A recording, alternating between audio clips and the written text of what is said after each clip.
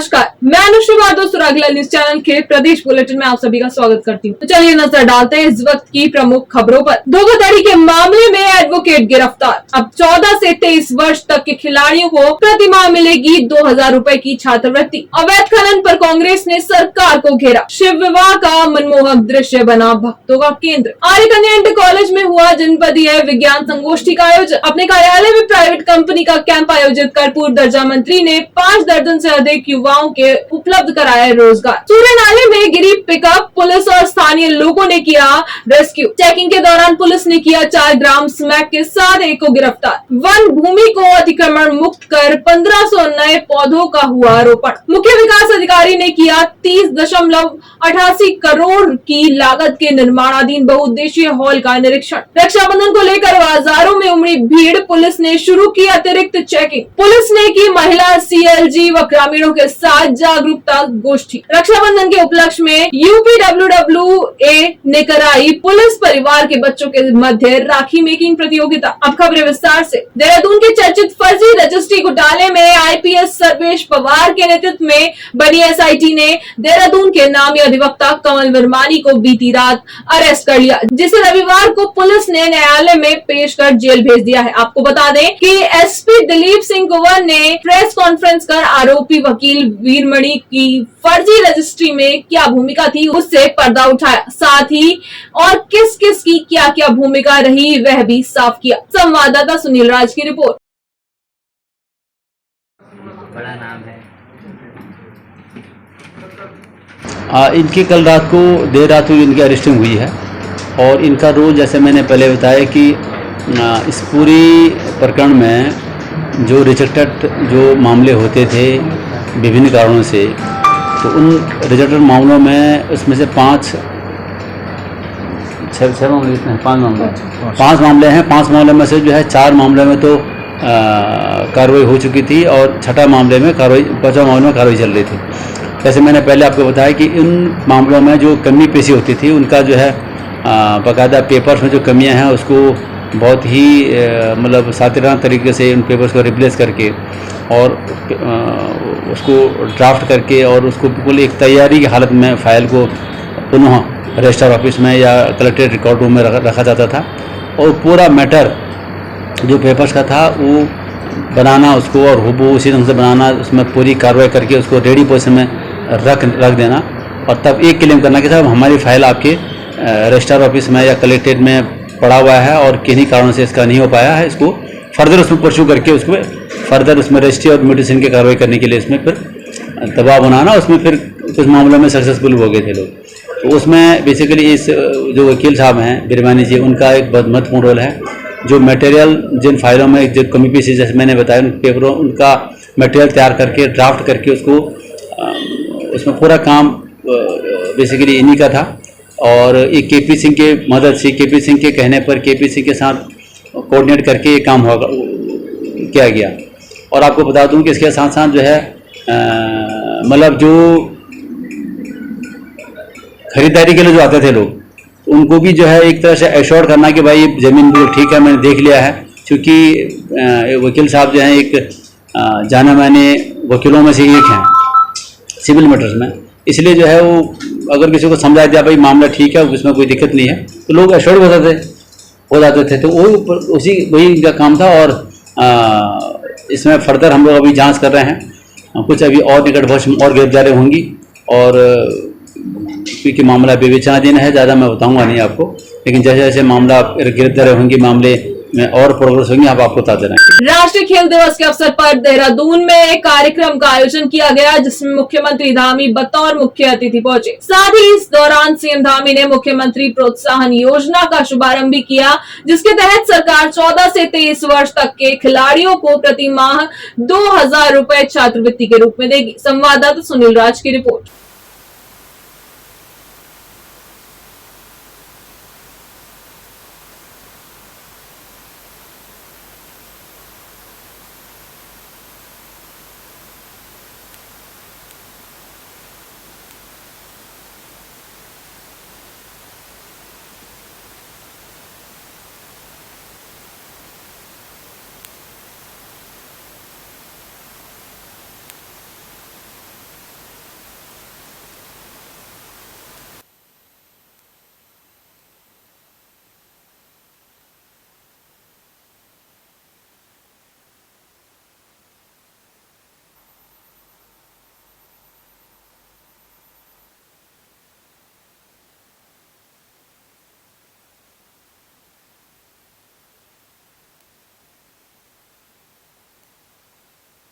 देहरादून में कांग्रेस के वरिष्ठ उपाध्यक्ष सूर्यकांत धस्माना ने आज पार्टी कार्यालय में प्रेस वार्ता कर अवैध खनन को लेकर सरकार पर गंभीर आरोप लगाए गए हैं। इस दौरान उन्होंने कहा कि सरकार की नाक के नीचे खनन हो रहा है और खनन माफिया लगातार हावी है। संवाददाता सुनील राज की रिपोर्ट।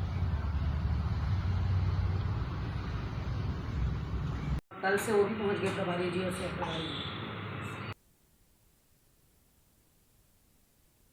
देखिए, कैग ने तो साफ कहा है पूरे राज्य में अवैध खनन जिस पैमाने पर हुआ है, अवैध खनन के बारे में कैग ने जो रिपोर्ट दी उसने कहा कई 100 करोड़ रुपए का राजस्व घाटा राज्य में राज्य की सरकार की लापरवाही के कारण, और जिस प्रकार से कैग ने इंगित करके कहा 37,000 वाहन उन्होंने बाकायदा रिकॉर्ड किए जिन वाहनों के नंबर ही नहीं है, जिन वाहनों के ई रिक्शा के नंबर दिखा रखे हैं, स्कूटर्स के, टैक्सी के, कारों के, ट्रैक्टर्स के नंबर दिखाए हुए हैं, उनमें उन गाड़ियों में लदान हुआ खनन का।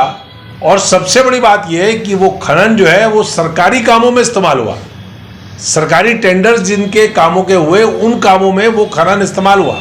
इतने बड़े पैमाने पर चोरी हुई। अब सबसे बड़ी बात यह है कि उसकी तस्दीक राज्य की कैबिनेट ने कर दी है। राज्य की कैबिनेट पे प्रस्ताव गया शासन का कि साहब जिन्होंने चोरी करी है राजस्व की 5 गुना उनसे वसूल किया जाए। अब 5 गुना वसूल किया जाए न किया जाए, राज्य की सरकार की कैबिनेट ने एक उप समिति बनाने का निर्णय लिया है।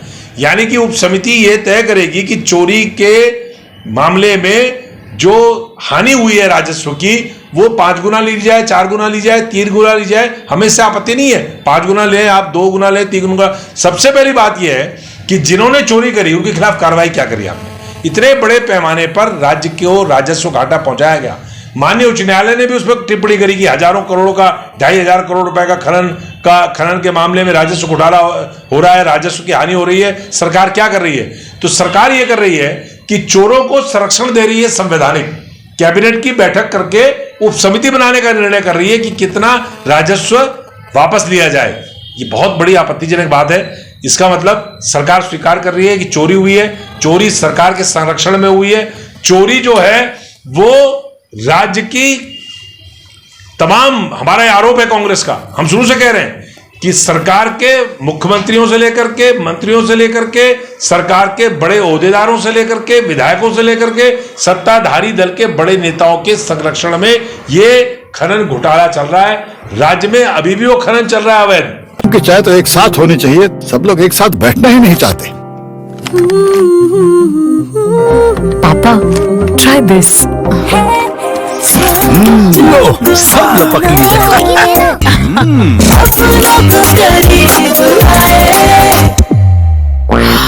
ये क्या हाल कर दिया है रूम का? बस कल से चाय मेरे रूम में। देवर पान नमकीन। आज सावन के उपलक्ष्य में ओएसिस सिटी कॉलोनी के अध्यक्ष सूर्य प्रताप सिंह द्वारा भोले बाबा के जागरण का आयोजन किया गया, जहां पर सैकड़ों भक्तजन मंदिर प्रांगण में पहुंचे और भगवान शिव की भक्ति में भजन कीर्तन का हिस्सा बने। इस दौरान पूरी कॉलोनी भक्ति में लीन दिखी। साथ ही शिव विवाह के मनमोहक दृश्य भक्तों का केंद्र बिंदु रहे। संवाददाता दुर्गेश तिवारी की रिपोर्ट।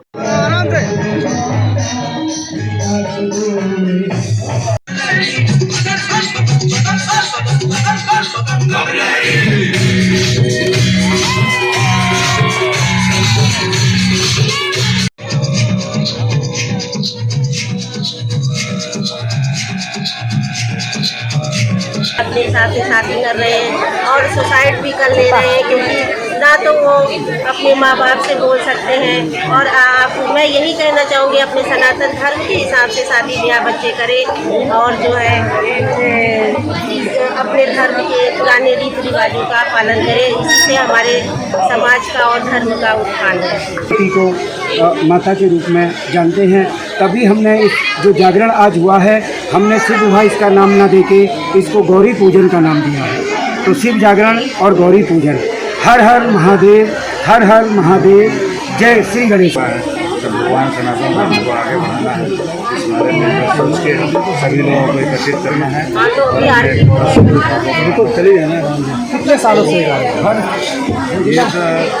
2018 से कैसा बहुत अच्छा महसूस होता है। एकत्रित करना, साथ में भोजन करना और राज्य शैक्षिक अनुसंधान एवं प्रशिक्षण परिषद उत्तराखंड व जिला परियोजना कार्यालय समग्र शिक्षा अभियान के संयुक्त तत्वावधान में आज जनपदीय विज्ञान संगोष्ठी का आयोजन आर्य कन्या इंटर कॉलेज अल्मोड़ा में संपन्न हुआ। संवाददाता हेमंत सिंह मेहरा की रिपोर्ट।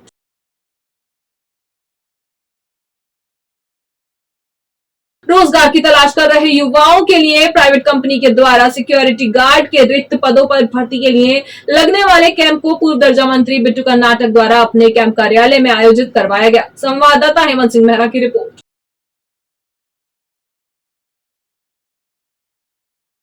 पहाड़ों में हो रही भारी बारिश के चलते हल्द्वानी के चोरगलिया क्षेत्र से बहने वाले सूर्य नाले में तेज बहाव के चलते एक पिकअप वाहन नाले के किनारे गिर गया, जिसमें बैठे सवारों और चालक को पुलिस और स्थानीय लोगों द्वारा सुरक्षित रेस्क्यू किया गया। संवाददाता दीपक अधिकारी की रिपोर्ट।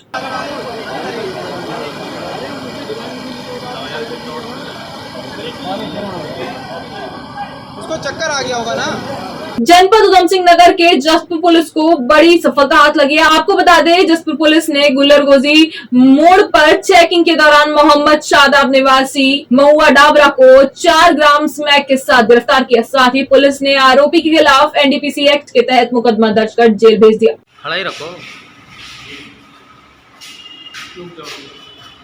हल्द्वानी उच्च न्यायालय द्वारा पारित आदेश के तहत हल्द्वानी के प्रभागीय वन अधिकारी दिशा निर्देश पर गौलापार स्थित कालू खेड़ा कक्ष संख्या 1 एवं गाढ़खरक बीट एवं अन्य वन क्षेत्रों से वन विभाग की टीम ने लगभग 7 एकड़ वन भूमि को अतिक्रमण मुक्त कराया। साथ ही इस दौरान हल्द्वानी वन विभाग द्वारा 1500 विभिन्न प्रकार के पौधों का रोपण किया गया। संवाददाता दीपक अधिकारी की रिपोर्ट।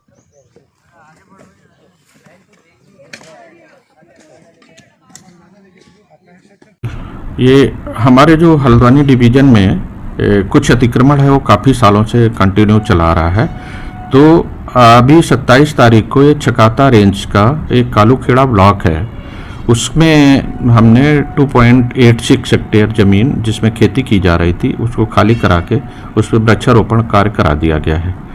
और इसी तरह हमारा अभियान चल रहा है। पूरा हम ऐसी ज़मीन चिन्हित कर रहे हैं जिस पे खेती हो रही है, तो उसको लगातार खाली कराने का प्रयास हमारा रहेगा।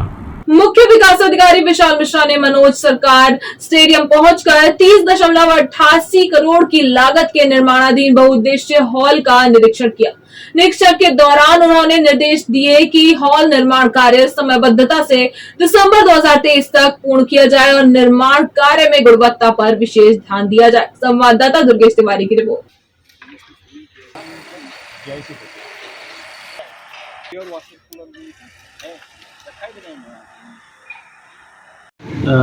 मेरे द्वारा मनोज सरकार स्टेडियम में निर्माणाधीन बैडमिंटन और डिफरेंट स्पोर्ट्स खेलने के लिए जो हॉल बन रहा है उसका निरीक्षण किया गया और मैंने निर्देशित किया है कि जो भी कार्य हो वो गुणवत्तापरक हो और यदि कोई दर्शकों या खिलाड़ियों की सुविधा के लिए, उनके प्रोत्साहन के लिए यदि उसमें एक्स्ट्रा कोई स्ट्रक्चर बनाना तो उसका प्रोविज़न भी कर लें।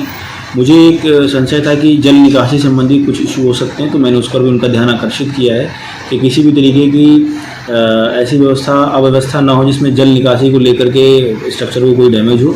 जितने हमारे स्ट्रक्चर्स बन रहे हैं, चाहे वो स्टील स्ट्रक्चर हो, उनकी सबकी लैब टेस्टिंग वगैरह सब कुछ हो, उसके बारे में निर्देशित किया और मुझे उम्मीद है, जैसा मुझे बताया भी गया, कि दिसंबर तक ये कार्य पूर्ण हो जाएगा ताकि ज़्यादा से ज़्यादा स्पोर्ट्स में खेलें। क्योंकि चाय तो एक साथ होनी चाहिए, सब लोग एक साथ बैठना ही नहीं चाहते।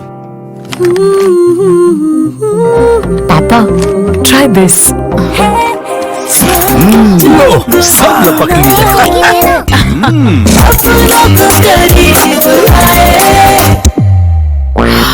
ये क्या हाल कर दिया है रूम का? बस कल से चाय कल से चाय मेरे रूम में। देवर पर नमकीन। हल्द्वानी में रक्षाबंधन का त्योहार 30 और 31 अगस्त को मनाया जाएगा। त्योहार के चलते हल्द्वानी बाजार में हर साल की भांति भीड़ बढ़ने की संभावना रहती है, जिसके लिए पुलिस प्रशासन ने अपनी कमर कस ली है। एसपी सिटी हरबंस सिंह ने बताया कि बाजार में अतिरिक्त पुलिस बल तैनात कर दिया गया है, ताकि बाजार में खरीदारी के लिए आने वाली बहनों और महिलाओं को परेशानियों का सामना न करना पड़े। संवाददाता दीपक अधिकारी की रिपोर्ट।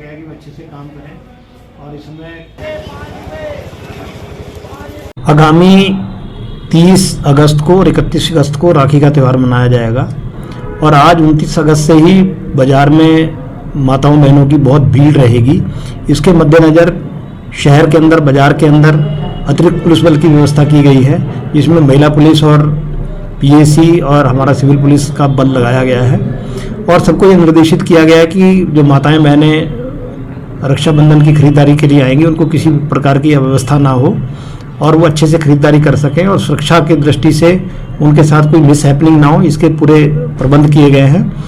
और यातायात के लिए टीआई को अगर यातायात बढ़ता है तो ट्रैफिक प्लान बनाने के लिए निर्देशित किया गया है। अगर किसी भी समय अगर ट्रैफिक ज़्यादा बढ़ता है तो उसके अनुसार ट्रैफिक इंस्पेक्टर द्वारा कार्रवाई की जाएगी। लंगवाड़ा पुलिस ने महिला सीएलजी व ग्रामीणों के साथ जागरूकता गोष्ठी का आयोजन किया, जिसमें महिला सुरक्षा, साइबर अपराध, उत्तराखंड पुलिस ऐप और गौरा शक्ति सहित हेल्पलाइन नंबरों की जानकारी दी गई। आपको बता दें कि वरिष्ठ पुलिस अधीक्षक अल्मोड़ा द्वारा जनपद के सभी थाना व चौकी प्रभारी व यातायात पुलिस को स्कूलों, कॉलेजों, नगर एवं ग्रामीण क्षेत्रों में जागरूकता कार्यक्रम आयोजित कर छात्र छात्राओं व जनता को जागरूक करने के निर्देश दिए गए थे, जिसके तहत एक गोष्ठी का आयोजन किया गया। संवाददाता हेमंत सिंह मेहरा की रिपोर्ट।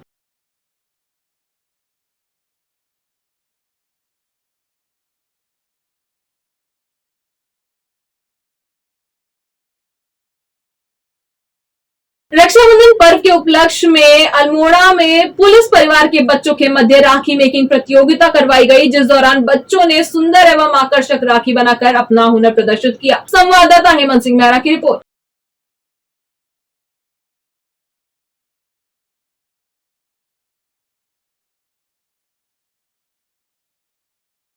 आज के लिए बस इतना ही। प्रदेश से जुड़ी सभी खबरों को जानने के लिए जुड़े रहिए सुरागीलाल न्यूज चैनल से। धन्यवाद।